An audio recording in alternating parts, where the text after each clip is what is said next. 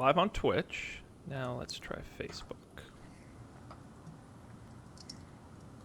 Coming up on this episode of Don't Panic, we've got all the technology news you can use, including the new Nintendo Switch. Is it a tablet or is it a console? Hey, why can't it be both? Switch. We also talk about AT&T and Time Warner getting smashed together in a mega merger for the ages, and we preview next week's Apple event. All that and what we did this weekend coming up on this exciting edition of Don't Panic.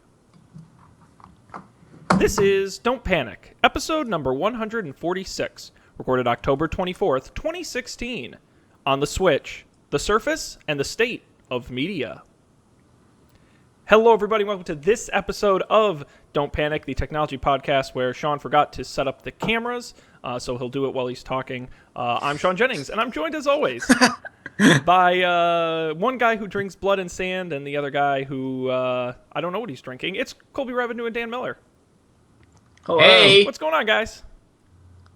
Not much. I'm as has become the weekly ritual, I'm restarting the chat bot. You know, I have to say, I'll give you both credit. You guys are very ambitious.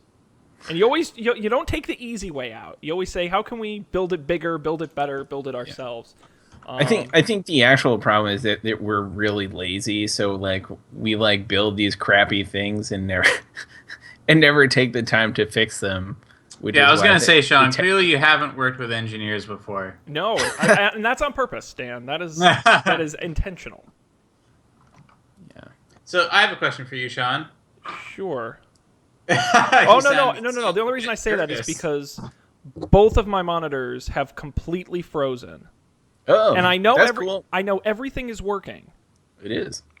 Because you just can't see us move. I can't. Everything is completely frozen, and my cursor moves, and I can click, but nothing happens. So keep talking. And nobody explodes. We made a little wager in the last episode. Oh, I knew you were gonna. You son of a bitch! I knew you were gonna bring this up. I feel so guilty. What about our family rating? I've got it. I know that went years ago, Dan. I got to be honest with you, and I feel so bad. I got to the end of the weekend and had totally forgotten about it. It was not on purpose, not by any stretch, but I completely forgot. Sorry. Okay. I did watch. You know what I did see this weekend? What did you watch? Based on Colby's kind of semi-endorsement. Semi-endorsement? Well, because I remember correctly, he liked it. Okay, Colby Revenue. Yeah, actually, was the Lonely Island Andy Samberg film Pop Star from the summer. Yeah. Which Colby, if I remember correctly, thought was good. Yeah, I enjoyed it. He enjoyed it. What did you think? I also enjoyed it, actually. It was pretty. I feel like I would have gotten annoyed if I had paid to see it in theaters. But paying half as much to stream it at home was pretty legit. So I was happy. I think about that's that. fair.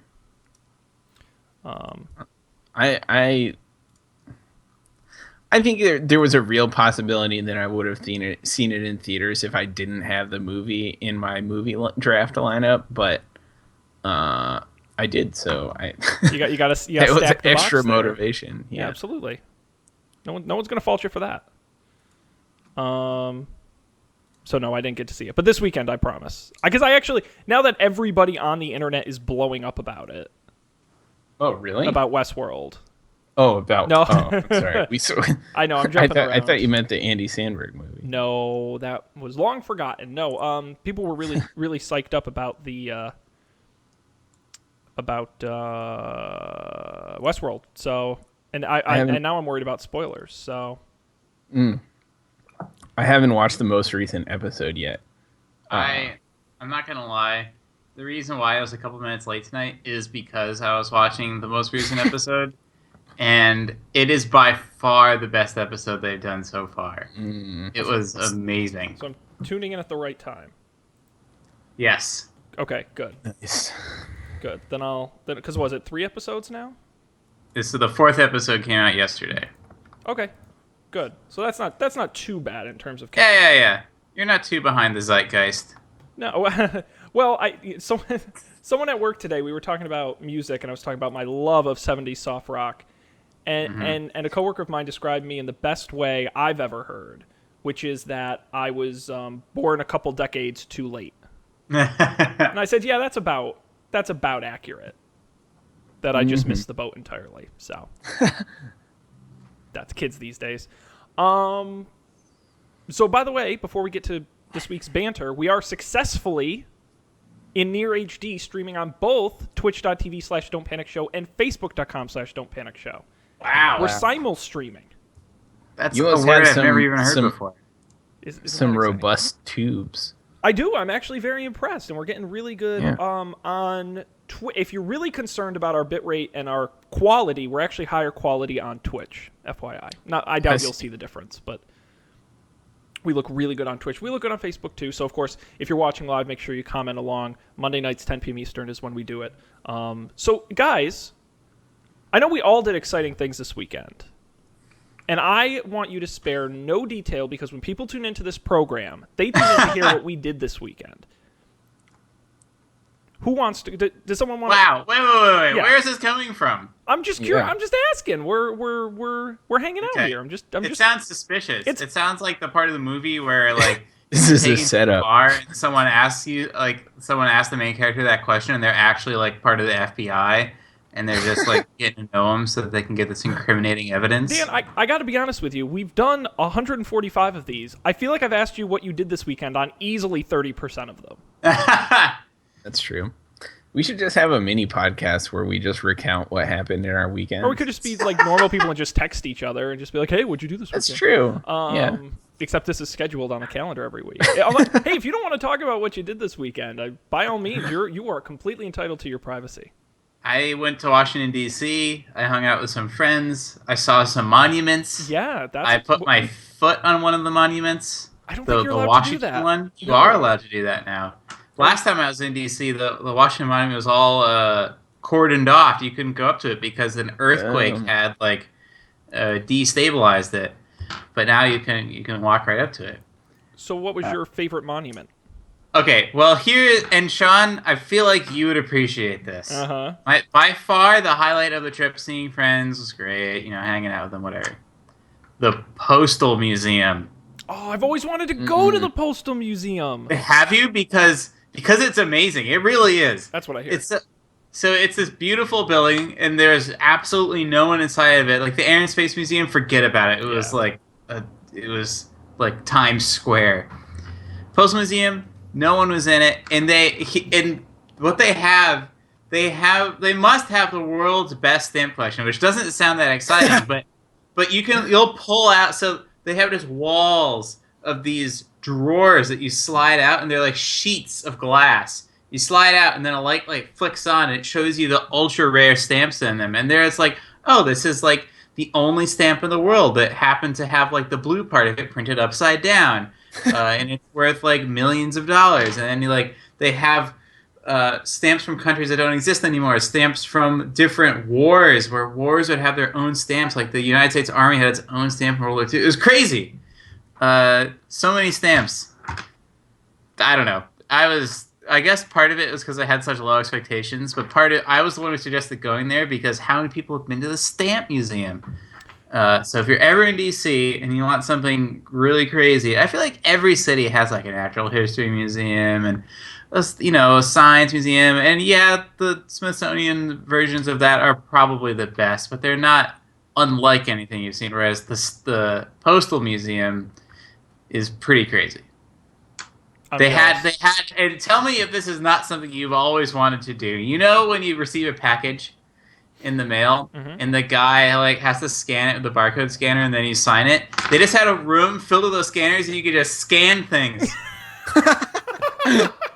How satisfying is that? Isn't it? You gotta zoom out the thing so the green part's on the barcode. It beeps so satisfyingly. Oh, that is awesome. It was great.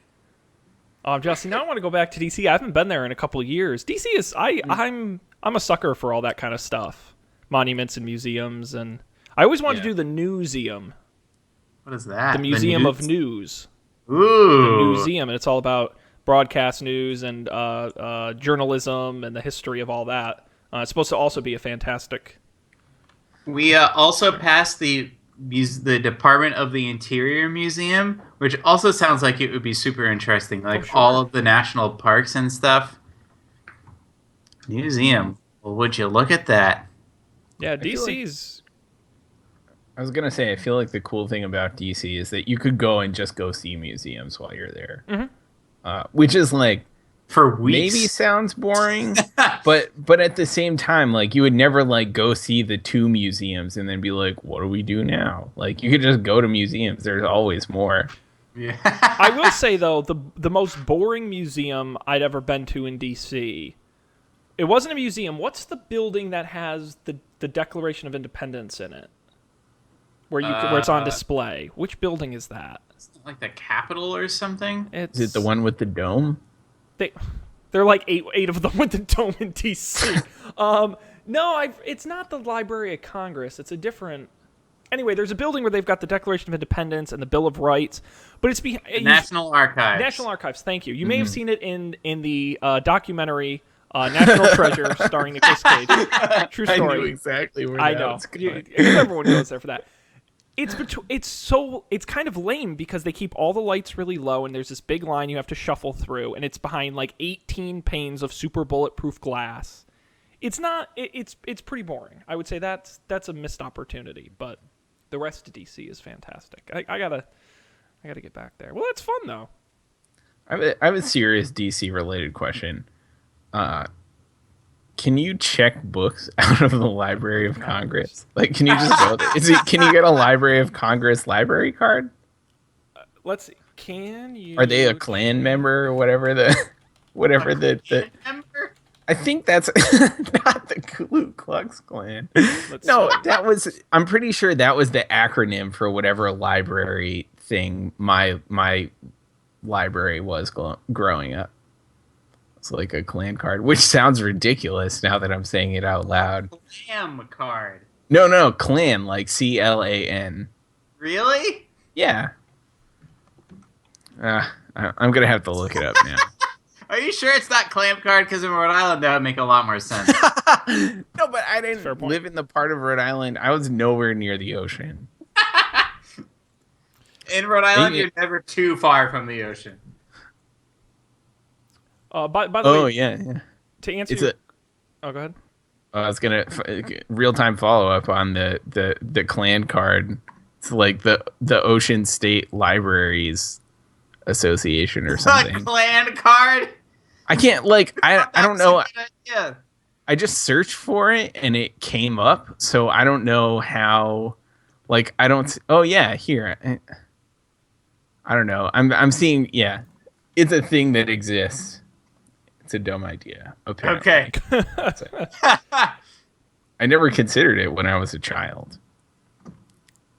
Okay, two quick things. One, to answer your question, the Library of Congress is a research library, and books are used only on the premises by members of the public. Anyone age 16 or older may use the collection.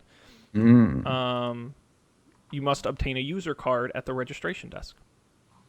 And my second point is that, and I would like this individual to comment on Facebook, because we had somebody, you know how on Facebook you can react, so you can like it, but you can also haha or. Someone sadded our post, an individual by the name of Nancy Miller, and I would like to know what you're sad about, if you don't mind sharing, because I'm quite curious as to what we're doing wrong. No pressure. Or rape. I think people turn to Don't Panic to like feel stuff, Sean. That's true. It's this is emotional stuff. DC, our nation's cap. People love America. I'm not going to fault them for that. Colby, did you do anything exciting this weekend? Not in comparison to Dan. No, I cleaned my apartment. I vacuumed both the living room and the bedroom. Whoa.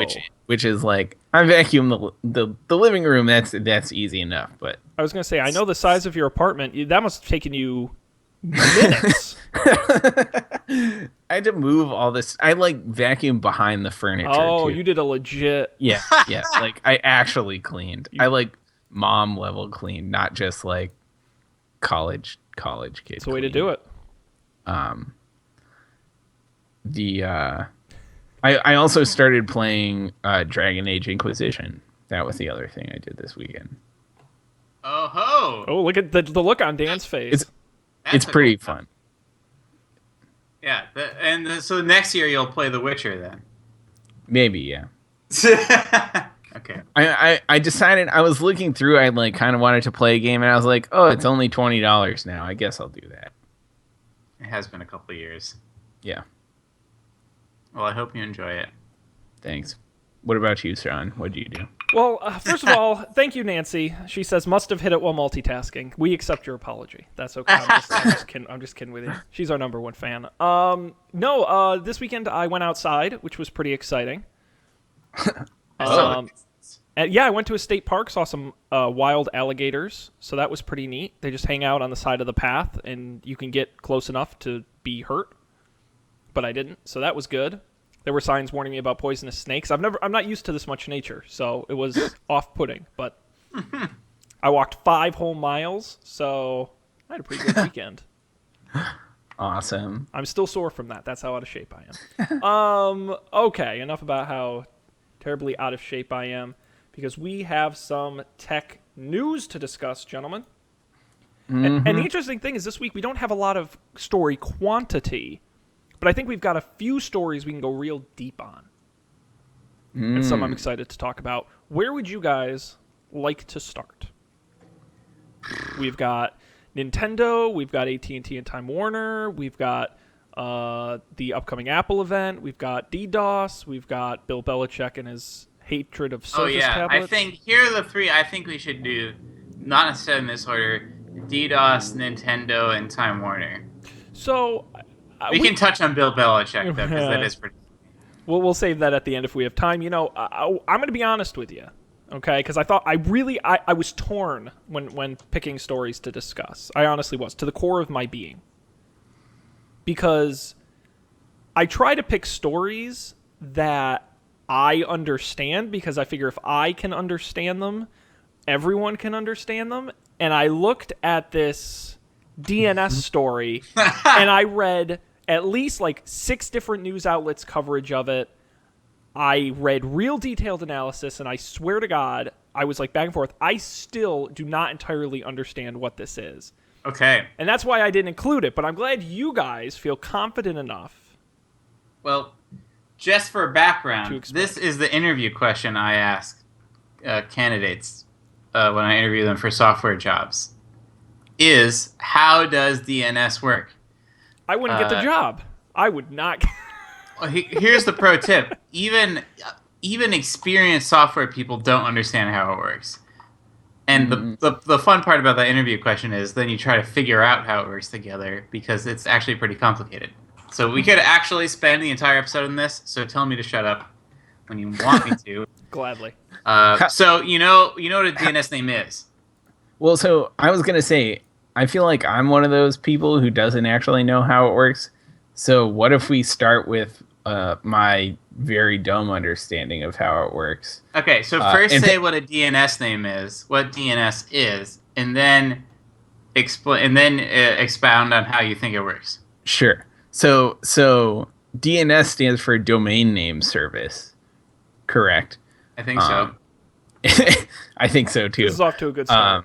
And so what that means is we all know that to get to a website, we type in that website's domain name, right? So if you want to go to the New York Times, you type in nytimes.com, and your browser takes you to nytimes.com. Similarly for Facebook or don'tpanic.io. But the problem is that like those names are easy for people to remember, but those aren't actually computer locations, right? So when you tell your browser to go to don'tpanic.io, your browser has to find out where the server, the computer out there on the network that hosts the Don't Panic website actually lives. So what it does, it goes and asks this DNS, like domain name service, where it can find the computer that hosts Don't Panic, and that the DNS server gives it back like a computer address, like an IP address, which is like you've probably seen them. They're like 1.0.8.108 blah blah blah blah. They look like some real hacker shit. And so I guess I could just run the interview at this point. Yeah. So how does your computer know where to get the DNS like how does it know who to ask for the number? So I think I know like in your computer settings you can set like specific DNS servers. So like you could say I know a thing that people do is set up like Google as their DNS server. So like Google runs a domain name server, and you can add that to your like settings. And so when your computer needs to find out where some server lives for some domain name, it'll go ask Google instead of whatever its default is.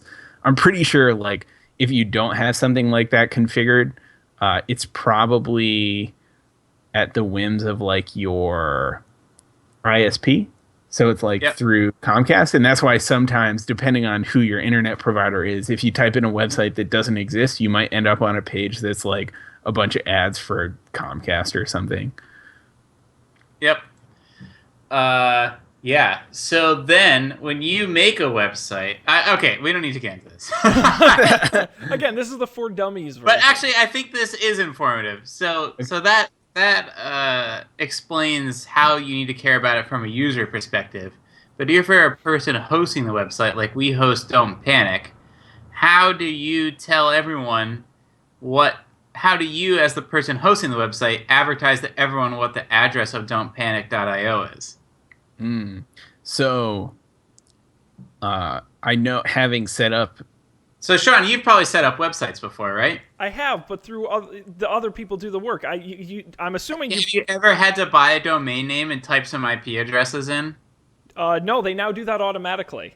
Okay. I kid you not, you literally push a button and you type in your, the Squarespace info, and then they just connect them automatically. It's pretty fantastic. Wow. Yeah. So, I mean, I know, like, for me, like, you buy a domain and you have to set up, like, a record of some sort that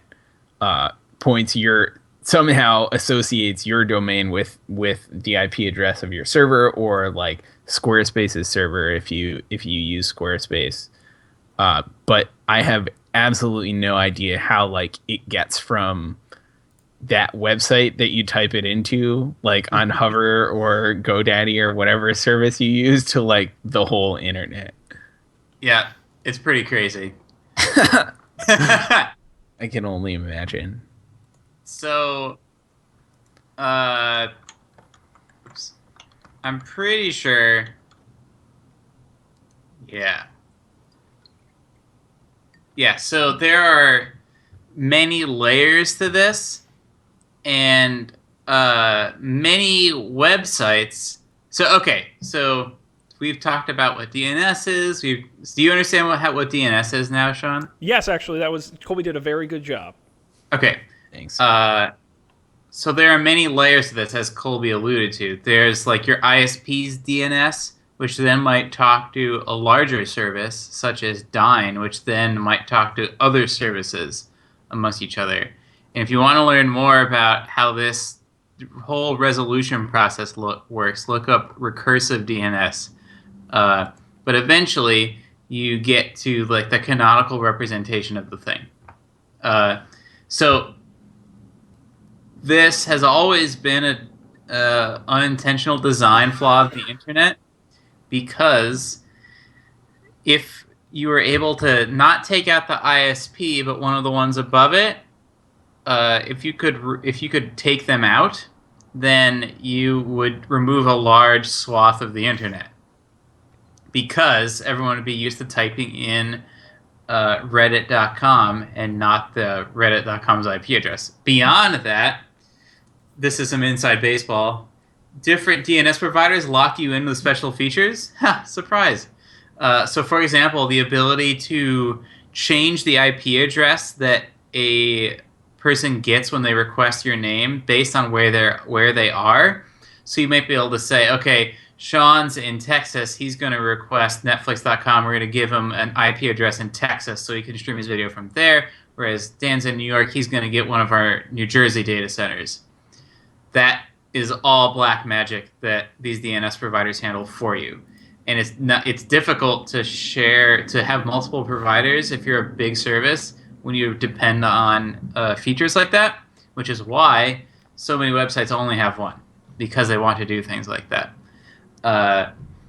So what happened for this DDoS attack was basically all the unsecured, publicly facing hardware you have in your house, old game consoles, web cameras, bathroom scales. Is that a... Okay, that's a car. Were all simultaneously taken over and used to pour traffic, bogus traffic that all these this one specific DNS provider had to deal with, which left them unable to deal with legit DNS requests. Yeah. So Does that make sense? So okay, so let me try it in the simplest version humanly possible, and tell me if I'm wrong here. Okay. DNS is what makes the URL you type into your browser connect to the website. It is the traffic cop for the internet in some ways. Maybe an oversimplification. More a like phone. GPS. It's a phone book. Yes, there you go. Oh, it's yeah. it's a Phone directory. Okay, got it. So I guess some bad guys put a bunch of malware on a ton of internet-connected devices, including ones you wouldn't expect them to be on, because those are usually the least secure, because they don't think you have to really secure your wireless bathroom scale. They use those devices to push a shit ton of traffic at DNS providers. One DNS provider. So it was just all, what, DIN? Is that how you say that? Yep. DIN? Dine. I don't know. Like a very Cyberdyne? big DNS provider, yeah. Dine, yes, who does like a ton of people. And because their servers all went down from the overload of traffic, it made it so the roads and bridges that connected the domains to the IP addresses collapse, and no traffic could get through. Is that No one could look up what the address was. So if you still knew the IP address, you could You'd be get fine. there, but Yep. nobody does. So essentially, Yep. the websites were basically down, or at least they appeared that way to people. Yes. Correct. I get it. I get it. Hey! Here are some other fun knock-on effects. A fun side effect of all this crazy, and when people change the address that DNS resolves to based on geography, it's called geo-affinity. A fun knock-on effect of geo-affinity is, in order to have that, the DNS record needs to have a really short time to live, or the time that it is cached in any intermediary server, including your computer. Because otherwise, you could get on a plane, fly to New York, and still be talking to the server in Dallas. Mm-hmm. What that meant, though, was that as soon as all those servers went down, within 5 minutes, everyone's computers went to go look up the DNS and couldn't. And the DNS is not smart enough to be like, well, if I can't get the new one, I'll use the last one. It just forgets that one. It's like, I don't know what to do. That's one fun side effect. The other fun side effect is another system besides web browsing and general network connectivity that is super involved in DNS is email. So if you've ever set up like custom Gmail domains, you have to set this like MX record in your DNS entries and all this stuff. So like a bunch of emails didn't send. And super fun fact, even if you have Gmail and all of your company, pro tip, Etsy was very much affected by this on Friday, if you couldn't tell. And so everyone within Etsy was sending emails to each other all of Friday morning. No one was getting any of them because Gmail, despite the fact that it is the service running all of this, goes out to Etsy.com and asks Etsy.com, hey, I'm sending an email to Etsy.com. How should I send it? Like, what server should I send the email to? And it was like, nope. And despite the fact that it's being sent to Google, they're like, nah, can't figure it out. That was really dumb. So yes, DNS is like the Achilles heel of the internet. So Also, imagine, okay, I have another doomsday scenario after this. Well, I was going to give a little more background on what actually occurred Friday, which was that there were it happened this past Friday, starting at about 7 a.m. There were 3 waves of this traffic attack on Dine. Homeland Security is currently investigating, attempting to find out exactly who was behind it. That's pretty much all I have to give you because there's not a lot. They're still learning more about it as we go through. But websites that were affected include Twitter, Netflix, Spotify, Airbnb, Reddit, Etsy, SoundCloud, the New York Times, a lot of major websites. Primarily on the East Coast, but then it spread more to the West Coast as the day went on Friday. So everything should be fine now. Go ahead, Dan. Here's an even worse scenario. So imagine that someone managed to break into Dyn and instead of just take them down, change the DNS records. There's nothing to protect against this. If any of these mid to high level DNS providers were compromised, everyone's traffic would just get sent somewhere else, and you'd have no idea, potentially. Unless maybe if it was HTTPS, it would be safe, maybe. But yeah, you could convince anyone that any other website is the one they think they're going to. This is like that daily reminder that, wow, it's kind of crazy that the internet works. It is. Yeah. And it works across planets. It's very fragile. It does. It is kind of wacky, like when you think about how, like I feel like when you were talking about like your Etsy's Gmail being down, like how much like extra work things seem to do. Like those like messages were just being sent within Google servers, and like Google knows all the addresses of their own servers, but it still has to like leave to go to like figure out which one to go to. I think that's interesting, and I feel like lots of things do that too. Like I think Dropbox and other similar sorts of apps have gotten better about this in the recent past, but for a long time, if you wanted to share like two files between or share a file between two computers that were both on the same Wi-Fi network, it would have to like upload it to Dropbox and then download it from Dropbox. Even if they were both your computer and they were both right next to each other, like connected to the same Wi-Fi router. So it's pretty interesting. Yeah, everything is really interconnected. Yeah. So do you feel like you understand more now, Sean? Oh my goodness, I feel like it turns out the New York Times is not really good at explaining these kinds of things. Dan Miller is good at explaining these kinds of things, so I'm going to just come to you from now on, Dan, and not read the news, because that's... You should listen to Don't Panic. You should... finally we're teaching people something. We're not just shitting around. I was listening to something that was talking about it on Friday, and they said... it must have been NPR, because that's the only news I really listen to. And they said something about like this company having an intruder or something like that. And I was like, well, not exactly. And by not exactly, I mean not really at all. Like that's just not what happened. But it's definitely confusing. Yeah. So now I just looked it up and I remembered. So Dyn or DIN is a provider for many websites across many different top-level domains, and a top-level domain is like .com, .org, but there is one set of servers for each top-level domain that is responsible for the authoritative records for all .coms, all .orgs, all .computers, and so those are even scarier if they were compromised. Like, it's crazy. Mm-hmm. Just remember, the internet is not a right; it's a privilege, and it may be taken away by the bad people. And if there is a takeaway from this, here you go. Here's your Don't Panic pro tip of the night.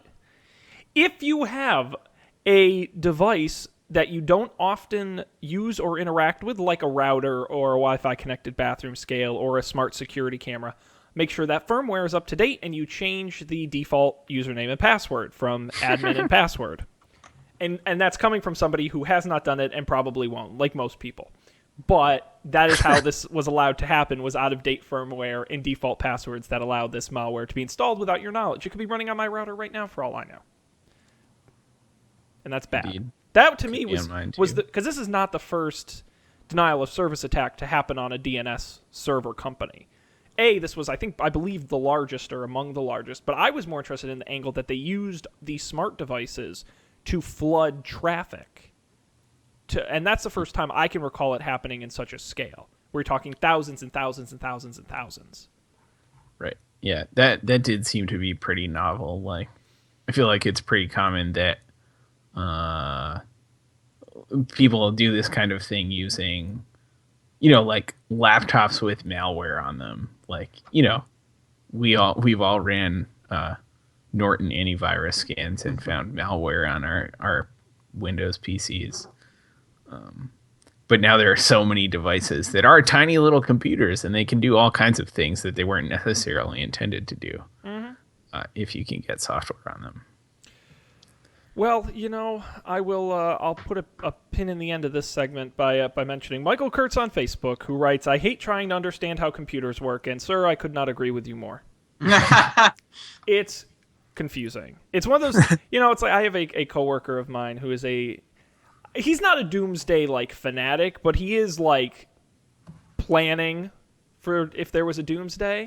And he was talking about how all his family, they have all these skills and they've got all these plans, and he was being real detailed about if an EMP exploded over the city, we could, the car wouldn't work, so we'd have to do this. And he'd really thought it out. And I'm like, if that happened, I'd be so goddamn useless. Holy crap, I have no practical skills. I can't do anything with my hands. I can't. It's So my plan for anything disastrous is like that is that I have a bike, so I can ride my bike to my parents' house, and probably nothing bad will be happening. To be there. honest, if anyone could figure it out, it's Scott. Let's be honest. Well, I'm just betting that if it's a survivable disaster of some sort, right? It's something short of a tsunami destroying Boston, or a nuclear war or something. Probably whatever bad is happening is not happening in northern Rhode Island. Just by odds of geography. Right. It's not going to happen there. Yeah. And I'm pretty sure I can bike there in a day, and that'll be fine. And also, I'm pretty sure that farm is the setting for a post-apocalyptic movie. If you just show up there, you're like, this is where survivors live. Right. I buy that. Yeah. All right. We're going to continue. Unless you guys have anything else on this, I'm glad we had a mini educational moment. No. What would you like to talk about next? We've got Nintendo. We've got Nintendo. We have to go to something happy now. We have to go to Nintendo. Honestly, I think this is really exciting. But first, I got to tell you about it. So here you go. The Nintendo Switch was announced this week. It was previously known as the NX. Now it's the Nintendo Switch and will arrive in March of 2017. It consists of a tablet that sits in a dock that connects to your TV for home playing. Stay with me here. It's very hard to describe. If you haven't seen the video, I recommend going and watching it after you're done with the show. Please do not turn us off. It's got a controller, and the sides slide off of the controller, all right? They're called Joy-Cons, and they're little, mini controllers, right? You take the sides of the big controller, and you slide it onto the sides of the tablet. Boom! It's kind of like remember the old PS Vita, where it had the bigger screen with the controls on the side? It's like that, but they're half joystick slid onto the tablet, and you can play it that way and take it on the go and remove it from the dock and go around. You can also use those Joy-Cons not attached to the tablet, so the tablet will have a kickstand. You can put it on a table and use those Joy-Cons as just regular wireless controllers. In addition, you'll be able to get a standalone, more pro controller that doesn't slide apart. Games will be distributed on small SD card-like cartridges called game cards, very similar to the Nintendo DS. It's powered by a custom NVIDIA Tegra processor. You may remember that from the NVIDIA Shield. That didn't go too far. Nintendo has announced a list of 48 third-party game developers and publishers developing titles for the Switch, in addition to new Mario and Zelda titles that will come with it. It's believed to have a 6.5-inch screen, though that hasn't been confirmed. Yeah, so you said you're excited? I have a lot of thoughts on this. Okay. And most of them are good. So I always, anytime I see what I consider a concept video, I know this isn't really a concept video because they are going to launch this, we know that, but they launched it in a video, and it reminded me so much of my favorite example of an overpromise, underdeliver concept video. Google Glass. Remember when they had guys skydiving out of a blimp wearing these things. They land on the roof, do BMX tricks, go down into the convention center, and hand him the... Oh my God. And then the concept video before that. It made it look amazing. Like, I have to have this. And it was a complete letdown. That's what worries me about this, is the video makes it look really cool. I like the idea of having it... you're essentially getting two devices in one, because you get the tablet device in addition to the full TV experience, and assuming there's enough processing power in the tablet, I think that is a solid choice. They kind of half-assed it with the Wii U, so I'm glad to see them pulling through on this one. And I like the idea of the ability to pull the controller in and off the side. It's very convertible, easy to take around. You can do the multiplayer and all that. But I just don't get how they make this work.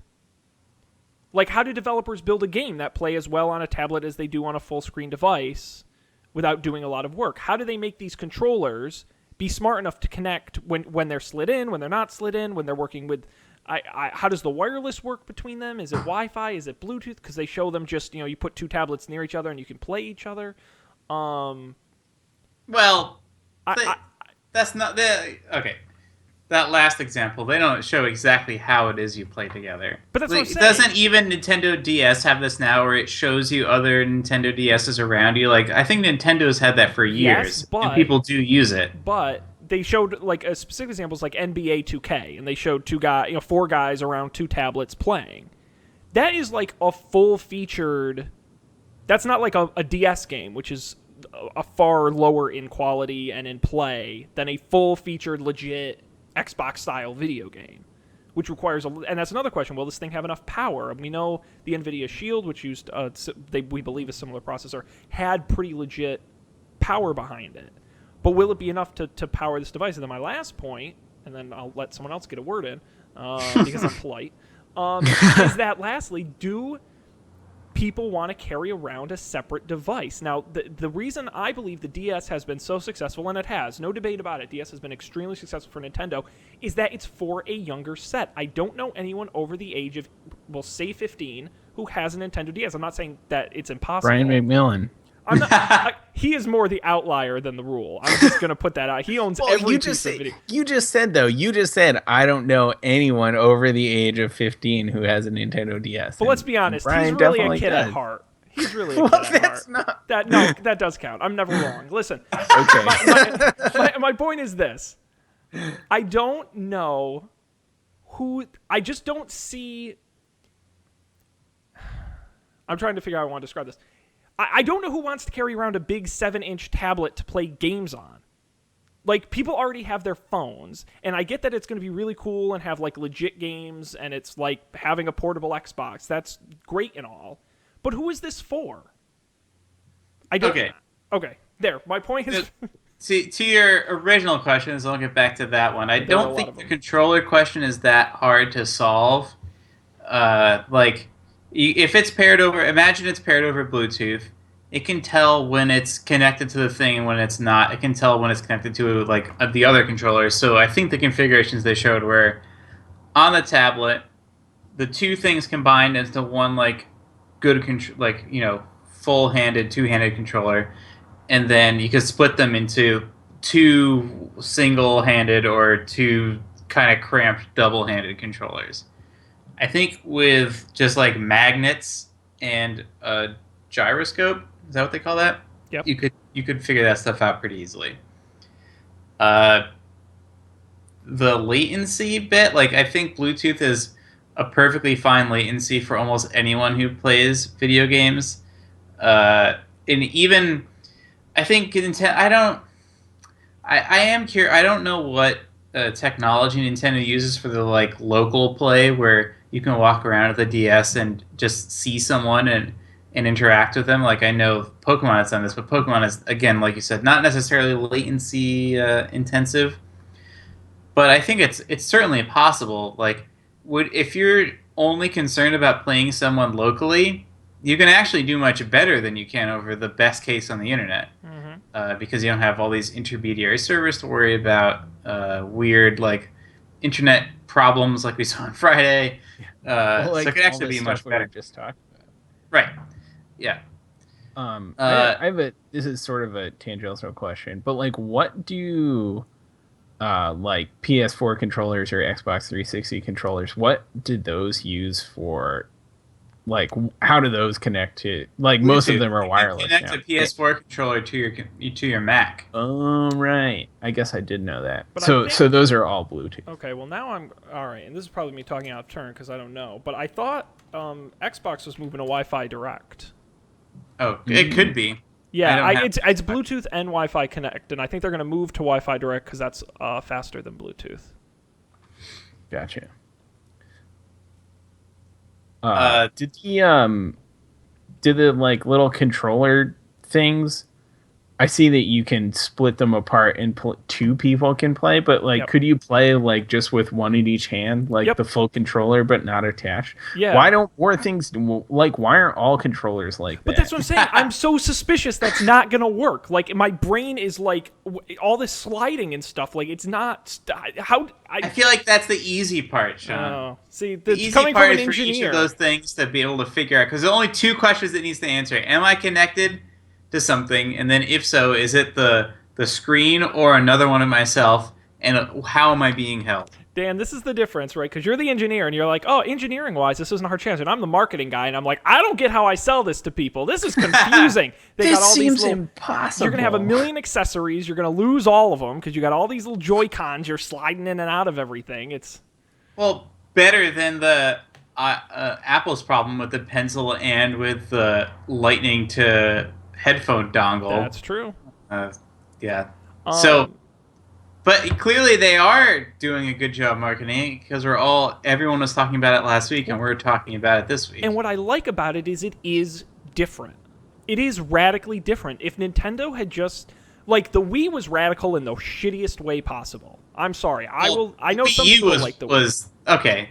But I hate the Wii. Look, and notice how there is no motion controller anymore anywhere in Nintendo for like a zillion miles. Do we know that when you split it into singles, is that not a motion controller? Well, sure, but technically, the PlayStation controller has a accelerometer in it. I mean, it depends. Are they going to use it to play tennis? I don't know. You know, as motion as a primary input. It's the same way Kinect. Really, no one, that was a phase, and that's fine. Hey. But I like that this plays games. Like that was the Wii's biggest problem. You couldn't get NBA 2K on that because you had the weird controllers or the developers never got behind it. That's what is gonna, I think, make or break this. I don't think there's anything wrong with this. I think if you just left the tablet in the dock plugged into your TV, it'd probably make a great console like an Xbox or a PlayStation. Like at minimum, you have a competent gaming machine, which is something you didn't have with the Wii U. If it has the games, it's got to have the games. And Mario and Zelda are not enough to sell this thing. They've got to have every Call of Duty on launch day. They've got to have every Skyrim. Every Call of Duty. There's a new one every 6 months, Dan. I can't keep track. They've got to be they have to have a robust online community where you can play against other people, which is something they've really struggled with in the past. I think this solves some of their problems. I think this gives them hardware legitimacy. I'd like to see this. Can you play Netflix on this? Right? Because I'm not going to travel with it. Yes. Other original question. Yeah. Like, will people actually use this? I think, like, if I had one of these, I wouldn't take it on the train with me because that's only like an hour a day. Like, it is big. It's not worth it. It's something I could take on like weekend trips easily, whereas right now I just take my phone. I'm not going to drag my PlayStation or even my laptop, frankly, on a weekend trip. Whereas this, you could just shove it in the bag, and you could even play it with people like on the train or on the plane or at home. Like it would be a thing. It could be like a communal device as well. So I think there's a lot of room for between the phone and something that is permanently attached to your TV. Yeah. So in the same way that an iPad can exist. But would you carry this and an iPad, right? Because really the only difference is the style of games you can play. Well, I think it depends the what dedication to games. Well, right. But then again, I'm thinking as a marketer, how do you get to the widest audience possible? I think hardcore. Some trips you're going bare bones, right? In which case, maybe just bring your iPad. But some trips, I bring like 2 board games with me too. And if I'm gonna do that, yeah. What? If you're going to like hang out with friends, you've never brought board games with you. No, I have, but Right. So that's you like bring it's your not Switch with you. right, and it could be a communal thing, which is something that video games have had a hard time with. If you're not attached to a TV, video games are typically not communal at all. But again, then the software has to make it really easy for your Switch to Yes. talk to my Switch. It's got to be easy to connect to Wi-Fi. It's got to be easy to connect. If you have extra Joy-Con controllers, they have to easily connect to mine. That is important. If they can hit that experience, I think this is gonna. If this works, I think it's going to end up being one of those it's going to be used almost like the iPad. Remember when the iPad came out, we're like, all right, we see why people would want this, but we didn't actually realize how many ways there were to use an iPad or how people would use an iPad. We're like, okay, it might be cool to surf the web on it. We're like, no, but people are drawing on it. People are reading books on it. I think the Switch might end up being a little bit like that if it works, where, it's good at playing games, but you're right, Dan. It's going to be, dude, everyone bring over your Switch. We're going to have a big thing. Or like, it's stuff we can't even think of yet. I brought my Switch. We can play this game that you can just you don't even need a controller, or you can just pass the controller around, or you can use your phone. When you have such a versatile device, and that's why I like one upside of having this sort of slide-on detachment is they can come out with different attachments for different games or different experiences. I saw that mock-up. Yeah, that was an interesting idea. And they're already working on ideas for that. So I think there's a lot of. I think the hardware is very exciting. And now the price point is going to be a big question mark. Do we want to take any guesses where this is going to land in terms of price? $400. With all bells and whistles included. Oh, all bells and whistles. Which is the only way you'll be able. Yeah, I mean, I would assume you get the Switch tablet, you get the dock, you get the Joy-Con controller with the slide-offs. Yep. And maybe a Zelda or Mario game thrown in. Yeah. For $400? I think it has to be less than that. Because they're not going to have any games when it comes out. Well, neither did the PlayStation. They sold it for $400. Yeah, but it was coming, and now everyone has a PlayStation. I don't think it's. Well, I don't think this thing is going to be competitive on graphics and performance. And you bring up an interesting point. Kind of will though. They show you playing I haven't read into it. We'd have to see. Unlike other Nintendo announcements I remember reading about in the past, this one they showed they had Skyrim or something. They showed other games. Absolutely, full feature. So I think that was the downside with the Wii and Wii U, where they're like, oh, you just make a different kind of game. And it's This is the better approach, where it enables a different kind of game that is, frankly, for a lot of people, probably more fun than Skyrim. But it can also play Skyrim on a TV. Well, that's what it is. It makes real video gaming more accessible. Because you either have to have a $1,000 giant PC, or you have to have this big box connected to your TV with a giant fan and a big power brick.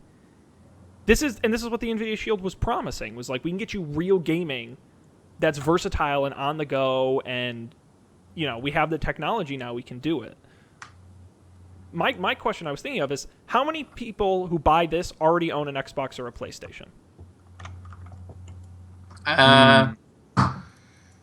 That's a good question. Because if they're just reselling to that audience, I don't think it's a success for them, because this is so different. I think there's an expectation they expand that market. But I'm wondering if I'm somebody who doesn't own one of those, and I'm looking at a video game console, I'm seeing more value out of Nintendo, assuming they have a nearly identical games lineup, because I'm seeing a multi-use device that you don't see with with Xbox or PlayStation. See, I think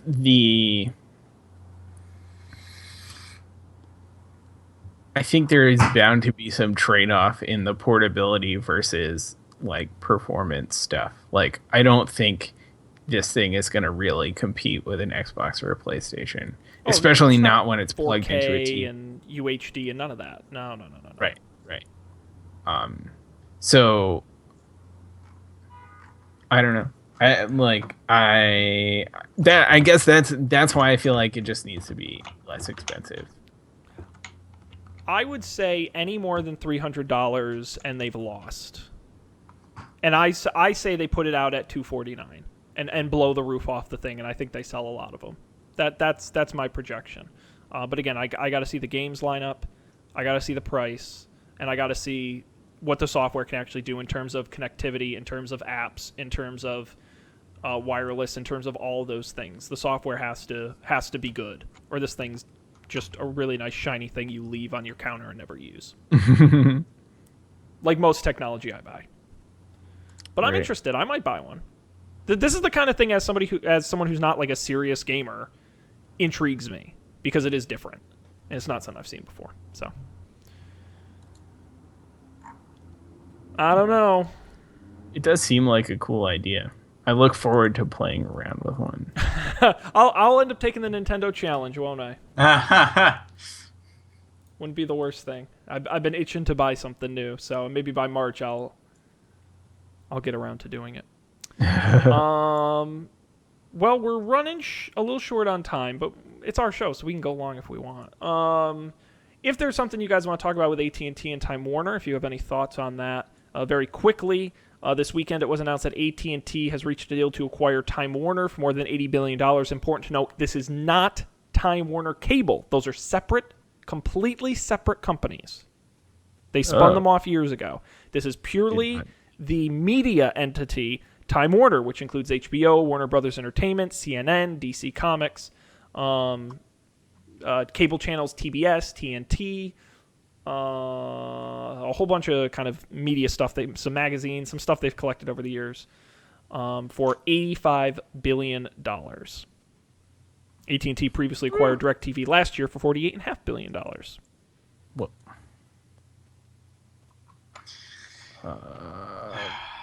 AT&T is becoming a monopoly again. Honestly, I mean, they've acquired most of the companies they originally spun off when they broke up, and now they're acquiring more media. But, Comcast owns NBC Universal. So 20th Century Fox. Well, no, they don't own any distribution. Yeah, it's really just Comcast. NBC would be their kind of notable rival in that space. Oh, Verizon owning Yahoo and AOL. Well, AOL. We'll see if they end up actually buying Yahoo.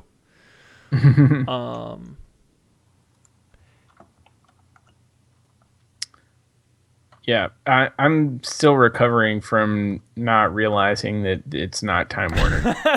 Well, no, because actually it would be extremely, because Time Warner merged with what was it, Charter a year or two ago? When was that? I can't keep track. They do this all the time. Yeah, right. No, what's interesting about this is it is like Comcast and like Verizon. They're creating it's vertical integration. See, right. I'm getting my business points in tonight. It's vertical integration, and they're trying to diversify their holdings. I mean, that's really kind of the point. I don't think AT&T is expecting to make a ton of money off of Time Warner, although they are profitable. But it's really just more a question of, we already own the pipes. Why don't we own what goes through them? And in the event our pipes end up, think of people who used to own, landline companies had to move into other areas because the technology went away. What happens when mobile moves on to something else? They want to make sure they're diversified and ahead of the curve, and media is not really going anywhere. So that's really the story. Yeah, I don't know why, but it's so depressing. Well, that's what kind of bums me out is it doesn't have to be. It doesn't have to be, because if these companies were just responsible with what they bought, it really wouldn't be a problem. I don't see any reason why AT&T couldn't own them if they merely just owned them and kept them at arm's length and basically left them alone and merely just took a cut of the profits every month because they're the owners. I don't genuinely see any profit with that. It's just diversifying. Now, the problem comes in is when they say, well, HBO doesn't count towards your AT&T data cap, and, CNN, we don't want you to say any bad stories about AT&T, and, that's when things start to get fuzzy and they're a problem. But genuinely, I don't see a problem. I think Comcast and NBC, while not perfect, has been a decent. We haven't really seen any kind of big scandal or issue out of those two companies having merged. Same with Verizon and AOL. Although you could make the argument that Verizon's Go60 app, which uses AOL content, doesn't count towards data caps and could be a violation of net neutrality. But other than that, it's been perfect. If you just ignore that, it's fine. So I mean, hey, as long as it means these things are sticking around, I don't. Regulators aren't going to listen. You guys think the regulators are going to let this go through? I think that it doesn't have the internet business included with it, then I think it's fine. Yeah.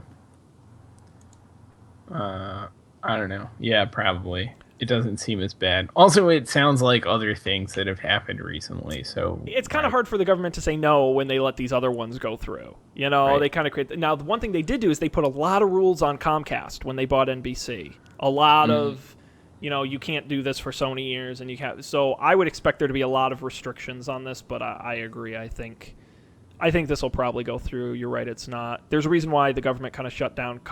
Was it Comcast and Time Warner, and then ended up being Time Warner Charter. But I think that's why they shut that down, because that is kind of a monopoly. In this case, it's really more diversification. So they're not. It's not a media company buying another media company. It's really semi-different businesses, as long as they treat it that way. I don't see it as the end of the world. All right. I think. All right. All right. We are out of time. I do want to mention a couple quick things before we get to picks. Next week is going to be an exciting episode of Don't Panic, because on the 27th, this week, Thursday, there is an Apple event, a Mac event. We're going to get some new Macintosh computers. So we'll have full coverage next Monday, and then next week is Microsoft's Surface event, and we'll have coverage the following week. So we've got, and there's also, there's another announcement I'm not thinking of too. This is the time of year, late October, early November, where all the Christmas stuff starts. The most wonderful time of the year. The most wonderful for technology, you bet. So you're going to want to stick to this show to get full coverage, the insight you can get everywhere else, but also here. Let's get into picks, and we will start with Colby. Okay. What do you got for us? My pick is an episode of the PBS Great Performances documentary series. And their most recent one is called Hamilton's America, and it's about, you as you might guess, Hamilton the musical. But it goes through I guess they were kind of following Lin-Manuel Miranda as he was in the process of writing Hamilton, and it goes through the show, and there's all members from the cast, and they go visit historical sites, and they talk about the music, and the music's in the documentary, and it was thoroughly enjoyable. So I'd recommend that. And it's PBS, so I'm pretty sure you can just watch it anytime, anywhere. There is nothing standing in your way. Awesome. Yeah, Hamilton's America. Check it out, pbs.org, but the sort of specific link will be on our website at don'tpanic.io. I'm going to jump in here and go next, because I have an application for your phone, and this one's a fun one. I don't usually, you know me, I'm not a big mobile gamer. I don't really play mobile games, so I saw this one go by and it seemed right up my alley. It's called Mini Metro, and it is it's a game where you essentially have to build a metro map, and so stations pop up and you have to connect them and keep trains running. If it sounds familiar, it's because there's a lot of games that use a similar mechanic. But I like this one just because it is very simple, and it is deceptively difficult is how I would describe it. You think it's easy. And the other thing, too, and it's a little bit of a spoiler, not really, because they just don't make it clear up front, but you actually they actually give you the sort of geography map that you build it on is of actual cities, and they just erase the metro, and you kind of have to rebuild it. And it turns out you do a much shittier job than the people who actually did it for real. It depends on the city. You can't do much worse than San Francisco. I blew up London pretty good when I played it, so that was a lot of fun. It's Mini Metro. It is, by the way, I realized this the other day. I never buy apps for money. This was the first time I could remember in a long time I actually paid money for an app. It's $4.99 on the App Store for iPhone, iPad. You can also get it on Android, and you can also play it for free in your browser as well, if that interests you. It is Mini Metro, and the link will be on our website. It's $9.99 on Steam as well. It's a lot of fun. Dan, you've got more. Another thing I use occasionally, but when I do use it, I really enjoy using it, is Yeah, this toiletry bag I got in Etsy. It's a leather toiletry bag. Stop putting your toothpaste and your shaving accessories in a plastic bag when you put it in your carry-on. Put it in something that makes you feel awesome. That's all I'm going to say. Look on Etsy for toiletry bags. I put one in. It's not the exact one I had because the one I have is no longer sold, but it's still pretty good, I imagine. I bet it's good. That's my recommendation. It does look cool. It's 5 stars, so people seem pretty happy. That's one thing. Dan, can I make a complaint about Etsy? And I know you'll handle it personally. Yeah. Why do when I look at the reviews, it shows me all the products that store sells, not the one I'm looking at? Because often, you want another reason? No, and I'm sure I could guess. I'm just saying it's annoying. Yeah, I mean, It's because items cycle in and out so often, isn't it? Right. So you can't get any scale with any one So item. you need to be able to give some trust signal to the buyer, but sometimes that's a one-of-a-kind item, so you'll never, ever have any reviews for it at all. No, you're right. So, maybe what I just need is there to like indicate that the store is 5 stars. No, but you're right. And I guess you just learned that after using the site. I always just forget that, and I'm like, oh, people really love this bag. And I'm like, no, they like all of this stuff. But all this guy's stuff looked good. Okay. Anyway, you can get the link to that specific bag will be on the site. But as Dan said, just go to Etsy. They got all kinds of stuff. yeah. When they're up and running, and you can go to Etsy.com. Too soon. I'm breaking hearts. All right, gentlemen. Anything else before we wrap up this evening? This was a good one. I agree. This was a good one. This one was a winner. We covered a lot of ground. It was quite good. I'll do a couple things here. One, thanks everybody who watched live. We had viewers both on Twitch and on Facebook. We appreciate it. If you want to watch live Monday nights, 10 p.m. Eastern, 9 p.m. Central at facebook.com/don'tpanicshow. I don't know if we'll simul-stream next week, but this was more of a test. But it will always be on Facebook because we get the most viewers there. So we'll definitely be there. Check us out Monday nights. I do want to plug later this week. It's not up yet, but it will be in the next couple days. But you should just go and subscribe. GameNights.tv. We've got new updates to our Dungeons & Dragons side quest. Dungeon Master Dan has got us doing some pretty awful things to the poor people who work at the bank who are just trying to get through their day and do their jobs. And we're getting them drunk, and we're stabbing them, and it's not going well. So you're going to want to listen. It's pretty fantastic. GameNights.tv. Go there, subscribe wherever you get podcasts, and you'll get the new episode when it goes up this week. As for this show, don'tpanic.io is our website. Go there. All the episodes, audio, video, and, of course, pics on every episode are there on that site. And, of course, you'll get links there where to subscribe. We're on all the major platforms, all the major sites, iTunes, Stitcher, you name it, we're probably there. Also, video on YouTube looks great in HD. And, of course, you should follow us at Don't Panic Show on Twitter for updates from the show. And, of course, lastly, don'tpanicshow@gmail.com. If you've got thoughts or feedback, we'll talk about it on the show next week. Make sure you come back. We'll have full Apple coverage next Monday night here on the show. Hear all about the new Macs. And I have a sneaking suspicion they're probably similar to the old Macs except faster. But who knows? You'll have to tune in and find out. On behalf of Colby and Dan, I am Sean, thanking you for joining us and hoping we'll see you next time for even more tech news here on Don't Panic.